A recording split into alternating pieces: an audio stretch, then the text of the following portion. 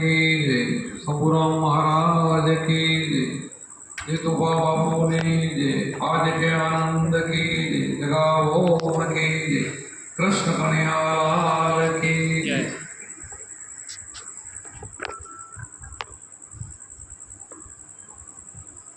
भक्ति साराश्रम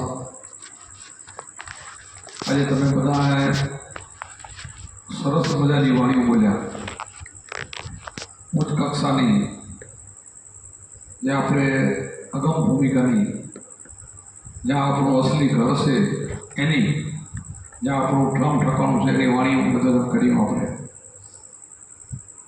અને મુહૂર્તમાં તો બધાએ સંતો આપણને પગથિયા સમજાવે કે પહેલી આપણી જો સુરતા અને શબ્દના જો લગ્ન થઈ જાય તો બેડો પાર અને આ સદગુરુ એના લગ્ન કરાવે આપણે ઉપદેશ લઈને ત્યારથી આપણો નવો જન્મ કહેવાય સંતોએ આને નવો જન્મ ગણ્યો છે તે પહેલાંની જિંદગી તો આપણી બાતલ ગઈ જેટલા વર્ષ ગયા એટલા ફેલ ગયા અહીંયાથી આપણો નવો જન્મ અહીંયા સુરતા સુગળ સમેટે તો ઘટમાં સાહેબ પેટે અહીંયા સુરતાની જ વાત છે સુરતા એમાં લાગી જાય આપણે નથી કહેતા કે ભાઈ આને તો શબ્દ લીધો પછી આ તો બહુ ભાઈ બીજો થઈ ગયો પહેલાં તો આમ નહોતો કોઈ બી વ્યક્તિનું આપણે નામ નહીં બધા આપણે બધા એમાં જોઈએ છીએ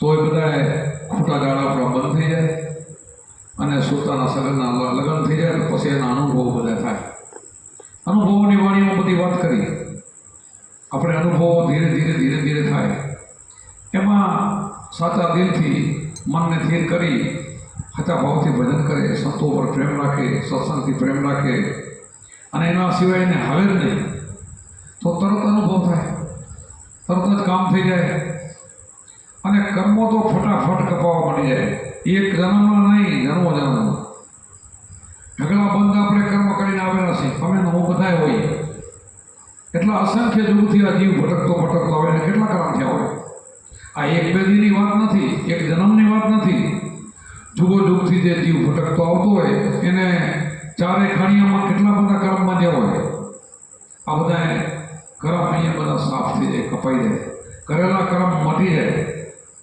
આપણા સંતોનો મત છે ગીતાએ કહે છે ભાગવત કહે છે સંતોએ કહે છે બધો એક જ કહે છે આપણા કર્મો કપાઈ જાય નકર તો ઘણા એમ જ કહે કે કરેલા કર્મના બદલા દેવા પડે અંતે હોને ન મળે નહીં મળે ના પડે આપણા સંતોએ ચોકડી માની છે મટી જાય છે આ ભજન કરવાથી આ શબ્દથી આ ધ્યાન કરવાથી જ્યાં કર્મ લખેલા પડે છે ને ત્યાં પહોંચે તો બને ને આપણે કર્મને બારમો છે પણ ત્યાં પહોંચી તો બને નકે ના બને એ જગ્યાએ કર્મ એમના જથ્થામાં પડ્યા રહેશે આપણો વડે બીજો જન્મ થઈ જાય એટલે બહુ મોટો ચાલુ થઈ જાય પણ અહીંયા સાફ થઈ જાય છે નવા કર્મ તમારા થાય નહીં જો ના મરી જાય એટલે ચોપડો કહેવાય એક સંતે એમ કીધું ધર્મરાજાના દફતર ફીરું કેસોમાં કે લેખા કે હું ધર્મરાજાના પણ ચોપડો ફીરીને કહું કે મારા મત કંઈ લેણું નથી આપણા સંસ્થાના દાખલા કહે છે કે મારા ઉપર હવે કોઈ લેણું નથી અત્યારે બધાને ચૂકવી દીધા છે અને ચૂકવીને તમે જાઓ એટલે આનંદથી પછી જાઓ વસતા હસતા જાઓ એટલે બીજો જન્મ આપણો સારી ઠેકાણે થાય આ સાથે વારસા સુરતાથી મકાન તમે ધારો કે તમારો જન્મ થાય આ કોઈ નાની હાની વાત નથી આ જગતને ન સમજાય સંતોને સમજાય આપણા હાથમાં તો આપણા હાથમાં મોરાર સાહેબે આપણે કેમ 12 મહિના આખું મૃત્યુને ઠેલ્યું ભીષ્મ પિતાએ 6 મહિના ઠેલ્યું એવા તો ઘણા સંતોના દાખલા છે એટલે એવા દાખલા છે પોતાના કર્મ સાફ કરી જાય છે ચોપડોનો ચોખ્ખો છે પછી જે જગ્યાએ ધારે ત્યાં એ જાન લઈ શકે ગીતામાં કીધું કે સારા અને શ્રીમંતને કરીને હોતા થાય વળી પાછો વળી જોગ કરવા માંડી જાય વળી અભ્યાસ ચાલુ થઈ જાય તો આપણે બધાએ આટલી બધી આપણામાં સમાજ આવી તો ખરા આપણે ભાગશાળી છીએ આપણને ખબર પડી ગઈ કે હવે મારા ઉપર કોઈ કર્મ નથી આ કર્મ બધા મરી જવાના છે અને નવા કર્મ આપણે બાંધવા નથી પછી મારો નાથ અંતર્યામી અંદર બેઠો હોય એ રાજી થાય કે ન થાય આપણે એના થઈ જાય તો આપણું થાય કે ન થાય આપણે કંઈક સાધન આટલા કામ કરે આપણે કરે આપણે સંતો થયા એવું થવું જોઈએ તો આપણે કરે અને થવામાં કાંઈ મોટી વાત નથી પછી તો તમને આના સિવાય ગમે નહીં આના સિવાય હાલે નહીં આ નિજ રમતો હાલતા ચાલતા બેસતા ઉઠતા બીજું કાંઈ ને ભૂજાય નહીં. એવું આપણું જીવન બની જાય, આપણું જીવન ધન્ય બની જાય. આપણને આ મનુષ્ય અવતાર મળ્યો છે, કેવો અવતાર છે વિચાર તો કરો. હું કાલે બોલ્યો તો વારંવાર બોલું છું, દેવોને દુર્લભ, દેવોથી આગળ. દેવો પણ ઈચ્છા કરે ભગવાન તો મને માણસ બનાવો. દેવો ખૂન ખાઈ ખાઈને થાકી ગયા છે, હવે એને મૃત્યુલોકમાં આવવું છે અને ભક્તિ કરવી છે. માણસનો અવતાર ન મળે ત્યાં સુધી દેવોની મુક્તિ ન થાય. મનુષ્યમાં આમ આવવું જ પડે અને ત્યારે એની મુક્તિ થાય. તમે વિચાર તો કરો, નારદજી મૃત્યુલોકમાં અહીંયાથી ઉડીને કૈલાસમાં ગયા. એને બેઠા બેઠાને સતી પાર્વતી માની ચિંતા થઈ કે હજી માતાજી નુગ્ન છે, માતાજીનો ત્રીજો જન્મ છે, હજી એના શબ્દ મળ્યો નથી, તો મારે હવે માતાજીને જગાડવા જોઈએ. તમે બધા ઇતિહાસ વાંચેલા છે, ઇતિહાસમાં લખેલું છે. પહેલાં આજ શક્તિ હતી બ્રહ્મા વિષ્ણુને ઉત્પન્ન કરવાની અને માં તો એ રહી ગઈ. વિચાર તો કરો, બીજો જન્મ દક્ષરાજાને ત્યાં થયો, એમાં પણ એને ગુરુ ન મળ્યા તો પણ રહી ગયા તો દક્ષરાને હવનમાં જવું પડ્યું. આપણને બધાને ખબર છે એના પિતાએ આમંત્રણ શંકરને નહોતું આપ્યું તો ફરાને ગયા હતા, પછી એકનામાં હોમાઈ ગયા. અહીંયાથી શંકર ઉપાડીને ભાગ્યા. એમાં ઘણા એમ કહે છે કે 51 પીઠું થયો. ઘણા ઓછા બતાવે, જે શાસ્ત્રોમાં બનાવતા હોય એ જ્યાં એના લોચા પડે ને એ પીઠું છે. અને એને આજ પણ આપણે સત્ય તરીકે પૂજીએ છીએ. એવા હતા તેથી તોય લુગ્ન હતા. બોલો તો તમે એનાથી હું કેટલા આગળ કહેવો. એટલે આપણે કહેવાય કે આ દેવોને દુર્લભ એવો મનુષ્ય અવતાર મળ્યો છે. અને ત્રીજો એનો જન્મ ક્યાં થયો? હિમાલયની ત્યાં, હિમાલયની દીકરી બન્યા. એમની શાસ્ત્રોમાં કહેવાય છે 5,000 વર્ષ તો શંકરને મેળવવા માટે તપ કરેલો છે. એવું ધીરજ રાખીને મનથી મન સ્થિર કર્યું, પણ ભજનમાં ન કર્યું. શું કામ? ગુરુ નહોતા પડ્યા. શીખડાવે તો કરે ને. આપણે ગુરુ નહોતા તે આપણે બીજે દોડતા હતા, આપણને ખબર નથી. ખબર ન હોય તો કોણ શીખડાવે? જ્યાંથી ખબર પડે જાગ્યા ત્યાંથી હવા. પછી નારદજી ત્યાં એ કૈલાસમાં પહોંચેલા, લગ્ન થઈ ગયા ત્યાં. પછી કૈલાસમાં એનું સ્થાન હતું. શિવજી તો ધ્યાન જ કરતા હતા. શિવજી તો આગ લાગેલો હતો. બાળકનો ઋષિએ ઉપદેશ આપેલો હતો, આત્મા જ્ઞાન હતું. એ તો આજ આપણે જ્યાં જપી જપતા હતા, ધ્યાનમાં બેઠા હોય. એ વર્ષ આયુષ મોટો એટલે વધારે બે હતા, એકાંત જગ્યા પસંદ કરતા. પછી નારદજી ગયા, માતાજી આવો આદર પાલન કર્યો, વધારો કે કેમ આવું આગમન કેમ થયું. એ સમયે ખબર હતી કે શિવજી તો ધ્યાનમાં છે, તો અત્યારે મારા ભાઈ કેમ આવ્યા છે, આવવાનું કારણ પૂછ્યું. એને કોઈ કારણ તો હોય, એને ખબર તો હોય કે કામસર આવ્યો 100% કે નારદજી આવે નહીં. શિવજી તો ધ્યાનમાં છે. તો એ નારદજી અજાણ્યને પૂછે છે, હું એટલા માટે આવ્યો છું. શિવજી ક્યાં છે? એ તો તમને નથી ખબર, આખી જગતને ખબર છે. એ તો 24 કલાક ધ્યાનમાં જ રહેશે, અહીંયા આવતાય નથી. એનું ધ્યાન છૂટતું નથી અને છોડાવી તો છૂટતું નથી. તો કે એમ? તો કે હા, તો તમે છોડાવી શકો, તમારા પેલી શક્તિ છે. તમે છોડાવવાનું ધ્યાન અને તમે જાણી લો. કારણ કે તમારે હજી તમે આ તમારો ત્રીજો જન્મ થયો, તમે હજી વંચિત છો નથી શબ્દથી ઢોકળાશો. તો કે તમે આપો તો હું નહીં આપું, શિવજી તમને આપશે. એ શિવજી કણે તમારે જાણવું પડશે. તો પણ એવું હોય નહીં નારદજી, શિવજી તો મારા પતિ છે, હું એની અર્ધના છું. અને 5,000 વર્ષ તપ કરો ને પછી મને પામું અને એ મને દિલ્હી વાત ન કરે તો ના ન કરે. તો કે એવું? હા. અરે એવું બને નહીં. તો ના, બનેલું છે, તમને આની ખબર નથી. પછી તો કે હવે શું કરો? તો કે તમે જોગણીનું રૂપ લઈ અને શિવજીને જગાડો. અને જોગણીનું રૂપ લઈને તમે વિકરાળ સ્વરૂપ લઈને સ્વરૂપ તો તમે લઈ શકો છો. બિલ્લીનું તમે લીધું હતું, રામચંદ્રજી જંગલમાં ફરતા હતા, સીતાજીનું લીધું હતું. તમે આ રૂપ તો લઈ શકો. તમે વિચાર કરો કે એક શરીરમાંથી બીજું રૂપ કરી શકે ને, તો એનાથી તમે મહાન. એ નુગ્ન હતા. બોલો, ત્યાં સુધી એને જન્મ મરણ હતો. એટલા માટે આપણે કેટલા મહાન છીએ હું વારંવાર એટલે વાતો કરું છું. અને કીધું આવી રીતે તમે જોગણીનું રૂપ લઈ અને હું તમને જો પહેલાં તો ઘૂઘરા પછાડજો, એમને જાગી જાય તો ભલે, ન જાગે તો હું તમને શ્લોક આપું છું, શ્લોક બોલજો. પછી ત્યાં માતાજી જાય છે, વિકરાળ સ્વરૂપ લઈને એક નાચગાન કરે, ઘૂઘરા ખીખવાડે વગેરે. પણ શિવજી તો ધ્યાનમાં બેઠા સમાધિ થઈ ચડી ગઈ હતી, જાગતા નહોતા. પછી એને કીધું કે હવે મારે આ મંત્રનો ઉપયોગ કરવો પડશે. પછી કીધું બેઠક મારો, ઉઠક મારો, મારો જાગે સુતા, 3 ભવનો મારો રાજાલે તો ક્યાં કરે અભૂતા. આવો એક તો તું તું કીધું શિવજીને એટલે ઓળખે ને એટલા માટે ઠુકારો પણ દઈ દીધો. તઈ શિવજીએ નેત્ર ખોલ્યો તો વિકરાળ શક્તિ હતા, વિકરાળનું સ્વરૂપ હતો. અને જોગણી કેવી બોલે કે જોગણી હું બેઠક ન પડું, ઉઠક ન પડું, નબળું જાગૃત સુતા, ત્રણ ભવનમાં તું માર તરફડા મેં ચોથા ભવનમાં સુતા. તું તો ત્રણ ભવનનું જાણશો, ચોથાની તને ખબર નથી. હું ચોથા મજલાનો માલિક છું, મારું ધ્યાન ચોથા લોકનું છે. આ તમે બધા ધ્યાન કરો ને, આ ગગન મંડળનું જે ધ્યાન છે ને એ ચોથો લોક છે. આ તમે ચોથું ત્રણ ગુણથી આપણે પડશે. આ ત્રણ ગુણ તો રજોગુણ, તમોગુણ, સતોગુણ, બ્રહ્માનો, વિષ્ણુનો અને આ બધા ત્રણેય ગુણ છે ને એ શિવના ત્રણેય ગુણોથી તમે પડશો અને એનું આપણે ધ્યાન કરીશું. એટલે શિવજી એ ધ્યાન કરતા હતા. એટલે કીધું હું તો ચોથા ભવનમાં સૂતો તો ત્રણ ભવનમાં ભલે તમે તરફોડો માર તું એ મારા કારણે ના આવી શક એમ કરી અને વળી ધ્યાનમાં બેસી ગયા. પણ પછી જોગણી મને ભાગવા કે હવે તરત નીકળી જાઓ અને આગળ જઈને મારું સ્વરૂપ બદલાવી નાખું, શિવજીને ખબર પડી જશે એ મને ભાગવા. એથી નીકળી ગયા.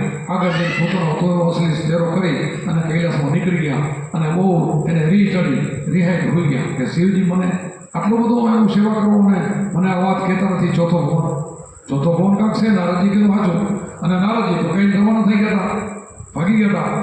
પછી શિવજી ધ્યાનથી જોયું આ જોગણી હતી તો ધ્યાનમાં જોયું કે વાતો સતી. અને નારદજી બધાને છે ખબર પડી, જોઈ લીધો. પછી ત્યાં ધ્યાન છૂટી ગયો, પછી ધ્યાન લાગ્યું નહીં. પછી ત્યાં ધીરે ધીરે કૈલાસમાં ગયા અને તો રિહાઈને ભૂત હતા. હવે શિવજીને ખબર હોય કે રિહાઈને ભૂત હશે તે પહેલાં હું જ કહી દઉં કે સતી આજે કે નારદજી પધાર્યા હતા. એ નારદજીનું નામ લીધું કે કારના બોર થઈ ગયા. હવે ખબર પડી ગઈ શિવજીને કે હવે બધી ખ્યાલ પડી ગઈ આ પ્રભુ પધાર્યા હતા. પણ મને એક વાત તો તમારા ઉપર દુઃખ છે શેનો કે હું તમારી અર્ધાંગના છું. આ ત્રણ જન્મથી હું તમારી સેવા કરું છું, છતાં તમે આટલી નાની વાત આ ચોથો લોક શું તમે કહેતા નથી, તમે એનું ધ્યાન કરો મને ખબર નથી.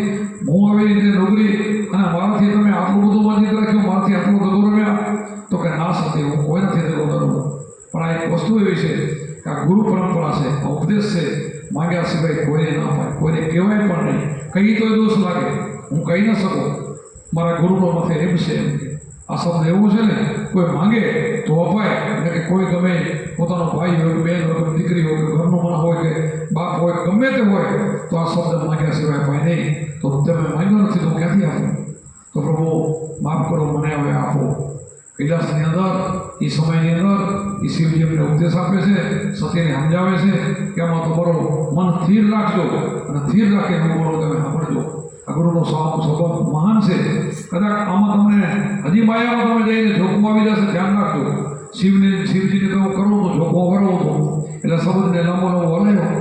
ધીરે ધીરે સંબંધની વાતો કરે છે. એમ કરતાં અડધો સંબંધ થયો અને જોખમ આવી ગયો તો બારે ઈંડું હતું પખીડાનું, ઈંડું હતું પોપટનું, એમાંથી બચો બની ગયો અને આ સંબંધ સાંભળી ગયો. એમાંથી માણસનો એવો હુંકારો થયો. પાર્વતી હુંકારો બંધ થઈ ગયો અને તરત શિવજીને ખબર પડી આ તો ક્યાંકથી બહારથી અવાજ આવ્યો અને માણસનો જેવો અવાજ આવ્યો. અહીંયા પશુ પંખી કોઈ મેં ત્રણ તાળી પાડીને બધા ઉડાડ્યા, કોઈ રહેવા દીધા નથી. તો આ કોણે સાંભળી ગયું? તરત બહાર નીકળ્યા અને પકડી લેવું જોઈએ, આખા તો સત્યાનાશ કરી જાય. મેં સંબંધ આપ્યો નથી ને બીજું કોકોમાંથી લઈ જાય તો આ તો બહુ ભૂલ થાય. તો પોતે એને પકડવા માટે ઉડ્યું પોપટનું બચ્ચું જોઈ ગયા અને હાથ લંબાવ્યો. પાછળ ધીરે ધીરે હાથ લંબાવ્યો, એ પકડવા જાય, આ ભાગવા માંડ્યા. એમને પણ ખબર પડી ત્રણ કાળનું જ્ઞાન થઈ ગયું, ભગવાન જેવા બની ગયા. અડધા શ્લોકમાં તો આટલું બધું જ્ઞાન થઈ ગયું અને મને ઉડવા એને વિચાર કર્યો ક્યાંક બચવાનો ઉપાય તો બચી જાઓ. એટલે જંગલની અંદર ઉડતા વ્યાસના પગને ઉતરતા મોટો ફોલો હતો ને એ પેટમાં ઉતરી ગયો પોપટનું બચ્ચું. શંકરે પણ હાથ ત્યાં લંબાવીને પહોંચ્યા તો ત્યાં પેટમાં ઉતરી ગયો, બહાર નીકળે નહીં. કેટલી બધી શિવજી વિનંતી કરી, હું તને નહીં મારું તો બહાર તો ના, અત્યારે હાલમાં બારે ના આવું. 12 વર્ષથી ત્યાં 12 વર્ષે એનો પછી જન્મ થાય છે, સુખદેવજી થાય છે. પોપટના બચ્ચામાંથી સુખદેવજીનો જન્મ થાય છે. એના પિતાજી વ્યાસ પણ મહાન જ્ઞાની હતા.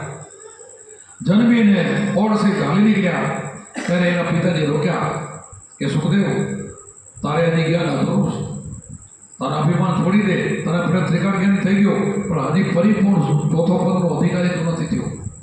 એટલા માટે તો આ જ્ઞાન તારે હજી સમજવું પડશે. તો કે તમે મને સમજાવો તો હું નહીં તને સમજાવું.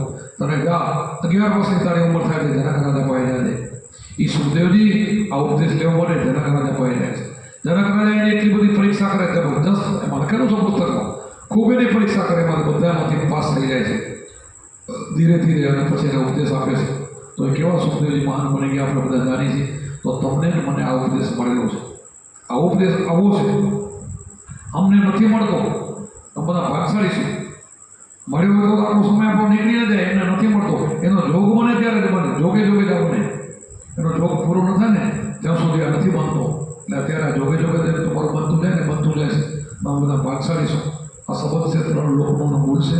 એટલા માટે સૌને હાચવીને આપણે ભજન કરવું ખૂબ ખૂબ. અને ભજન હવે એવું છે, હાલતા ચાલતા બેસતા ઉઠતા શ્વાસ હાલે એમાં હૃદય રાખવાનું છે. બીજું ક્યાં કાંઈ કરવાનું છે. બહારના બાયલા કોઈ મંત્ર આપણે બોલવાનું નથી. બાયલા જેટલા બહારના મંત્રો છે ને એ તો થોડું ઘણું પુણ્યમાં પ્રાપ્ત થાય, મુક્તિ ન થાય. મુક્તિનો તો એક જ માર્ગ છે, એક જ શબ્દ છે ગુરુ, અને ગુરુનો શબ્દ. આ સુરતા અને શબ્દના લગ્ન થઈ જાય અને એ માર્ગ પકડી જાય અને શૂન્યમાં જો એ સમાઈ જાય. આપણી અંદર 7 ચક્રો છે. 6 ચક્રો ઉપર 7મું ચક્ર છે ને એ શૂન્ય છે. ચક્ર ઉપર એ શૂન્ય ઉપર તમે અભય શૂન્ય છે. અભય શૂન્ય ઉપર તમારું ધીર થઈ જાય શબ્દને સુરતા, એ તમારું બેડો પાર, તમે ભગવાન બની ગયા. એ ઠકાને પહોંચો એટલે ત્યાં પછી કોઈ એનો નાશ ન કરી શકે એવી આપણી જગ્યા છે. ત્યાં કાર ક્રોધ આ બધું માયા એ ત્યાંથી હટે. અને અહીંયા ગયા માટે આપણે થોડીક મહેનત કરવાની છે. જ્યાં તમે એવો થઈ જાઓ ને પછી તમે ઠંડા થઈ જાઓ તો પછી કાંઈ ન કરી શકો. અહીંયા પહોંચ્યા પછી એ ભૂમિકા આવી છે. કારણ કે સંયમ તમે બની જાઓ છો. શું તમે કરી શકો છો? કાંઈ ન કરી શકો. સંયમ બને ને તો બીજાનો ઉપકાર કરી શકે, બીજાનું ભલું કરી શકે, બીજાનું સારું કરી શકે, કોઈનું નુકસાન ન કરી શકે. એના એને સારા માટે જ હોય. એની ઈચ્છા બધાને તારવાની હોય. જેનો તાર્યા ઉપર જ ભાર હોય. આ ભૂમિકામાં જવા માટે બીજો રસ્તો પાછો કોઈ નથી. એવું કંઈ વિચારજો નહીં. આ જે તમને શબ્દ મળ્યો ને એનાથી મોટો જગતમાં કોઈ નથી. ધીરે ધીરે હવે આપણે રચના ચાલુ કરવાની. એકાંતે બેસીને વધારે કરવાનું, હાલતા ચાલતા પણ સન્માન કરવાનું. એમ કરતાં કરતાં તમે જાગી જાઓ, એ ઘરમાં પહોંચી જાઓ હવે શૂન્યમાં, તો તમારો બેડો થાય. પછી તમે કદાચ કાંઈ ન કરો તો આવો. એ શબ્દોનો મત છે. પણ આમ તો શું ને બેઠા વગર બંધાણ થઈ જાય, બેઠા વગર હાલે નહીં. એટલે થોડુંક સમરણ કરે, ન કરે તો હાલે. આપણે બહેનોને ખબર છે કે દૂધ હોય, દૂધમાં આપણે બેરો નાખી આપી જાય, પછી આપણે એને છાશ ફેરી તો છાશ કેટલી વાર ફેરી? માખણ આવે એટલી વાર. પછી કોઈ બેન છાશ ના ફેરે, માખણ આવ્યા પછી છાશ ફેરે તો શું થાય? આપણે જેનું કામ હતું ને એટલી ફેરાય. માખણની જરૂર હતી, પછી એને ઘી આવવાનું, પછી છાશ ના ફેરે. એમ આપણે સંતોએ કીધું છે, કતની પત્ની છૂટી કરી કેના ગાવું ગઈ, ખોરણવાળો માહિતી ખોર્યો આવું થયું હતું કે જે મારે ગોતવો હોય તો મારે મળી ગયો. મારે છે કોઈ માણસનું કામ હોય, મોઢામાં જાઉં કે લાલજીભાઈનું મારે કામ છે, હું લાલજીભાઈને ઘરે જાઉં તો લાલજીભાઈ મેગીબેન કહે કે હમણાં જ તો મારે ગયા. પછી હું બીજે ઘરે જાઉં ગોતતા ગોતતા 3-4 ઘરે ગોતવું ન મળે ત્યાં સુધી મળી જાય તો પછી ગોતવાનું હોય, લાલજીભાઈ મળી ગયા. એવી રીતે તમને જો મળી જાય ને તો પછી કતની બધી છૂટી જાય. તમે એક થઈ જાઓ, પછી એક રૂપ મળી જાઓ, પછી તો આનંદ ઘરનો આનંદ ઘડી એટલે ભલો હારી સાહેબો સુહાગે મળી આનંદ કરી. અખંડ આનંદમાં તમે જતા રહ્યો. આનંદ આનંદ એ ભૂમિકા આનંદ ભૂમિ સચિદાનંદ સતચિત આનંદ. સત વસ્તુ આપણી આત્મા છે, એમાં ચિત્તને પરોવો સતચિત આનંદ, તો આનંદ અનુભવે. આનંદ છે આપણો અસલી ચહેરો છે, આપણું અસલી સ્વરૂપ છે. આત્માનું સ્વરૂપ શું? આનંદ કર. આમ તો આત્મા કેવો? આત્મા પકડાયો છે ને રંગરૂપ રેખને રૂપ ઓળખાયા. ધનધનમાં આજે ભાગ આંગણે ગુરુ પધાર્યા. આ રંગે નહીં, રૂપે નહીં, લેખની એવો છે. આનાથી ઓળખાયો છે, અહેસાસથી છે. આપણે જીવન સાહેબ નથી કહ્યું દેખંતા પરખંતા નિર્ખંતા. દેખાય છે, દેખાય છે, પરખાય છે, થાય છે તો કાંઈ ને કે કાંઈ નહીં ને.